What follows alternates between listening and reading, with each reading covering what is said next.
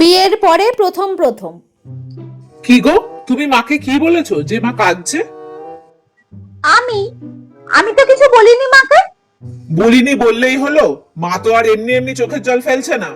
ও আচ্ছা, মানে মা তো তোমার জামা কাপড় কাচতে যাচ্ছিল, তাই আমি মাকে বলেছি তোমার কাচার কি আছে, এখন তো আমি এসে গেছি, তাই তোমার জামা কাপড় আমিই কাচবো। এইটুকুই তো শুধু বলেছি মাকে। কি দরকার মাকে ওসব বলার? মা তো এতদিন নিজেই ওসব করছিল, মাই করবে, তোমাকে অত কথা বলতে হবে না।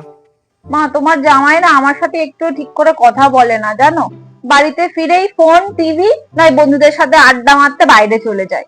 আমাকে একটু কোথাও ঘুরতেও নিয়ে যায় না, আমার সময় কাটে না মা, আমার ভালো লাগছে না কিন্তু।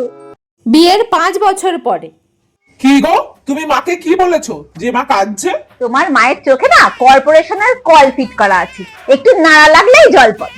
উনি কি ভেবেছেন উনি একাই টাকস টাকস করে কথা আমাকে শোনাবেন আর আমি শুনে যাবো চুপচাপ? আজ আমিও দিয়েছি আচ্ছা করে। জানে না তো আমি কি জিনিস, অনেক সহ্য করেছি, আর নয়। কি ব্যাপার, এত রাত করে বাড়ি ফিরলে যে? বন্ধুদের সাথে পিকনিক ছিল। তা বন্ধুদের সাথেই যখন রাতটা কাটানোর প্ল্যান ছিল, বাকি রাতটা তো ওখানেই থেকে যেতে পারতে, কষ্ট করে বাড়ি আসার কি দরকার ছিল? এখন মনে হচ্ছে তাই করলেই ভালো হতো। হ্যাঁ হ্যাঁ, তাই করলেই তো পারতে, আমি তো একটু বাঁচি। একদিন আমাকে কতক্ষণ টাইম দাও তুমি? সারাদিন তো ফোন, টিভি আর বন্ধুদের সাথে আড্ডা, এটা ছাড়া তুমি কিছু চেনো? কথা বলো আমার সাথে, একটু টাইম দাও। সারাদিন খিটখিট, আর ভালো লাগে না। আমারও না আর ভালো লাগছে না, আর সহ্য হচ্ছে না। তুমি ভুলে যাচ্ছ আমি একটা মানুষ, আমারও মন, আশা, প্রত্যাশা সব আছে।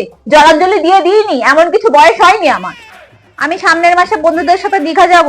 কি এত বড় সাহস তোমার? হ্যাঁ, সাহস। সাহসের কি দেখেছো এখনো? কিছুই দেখোনি। এখনো সাহস দেখানো অনেক বাকি আছে, জানো? তোমাকে দেখিয়ে দেব আমি একাও ঘুরতে পারি।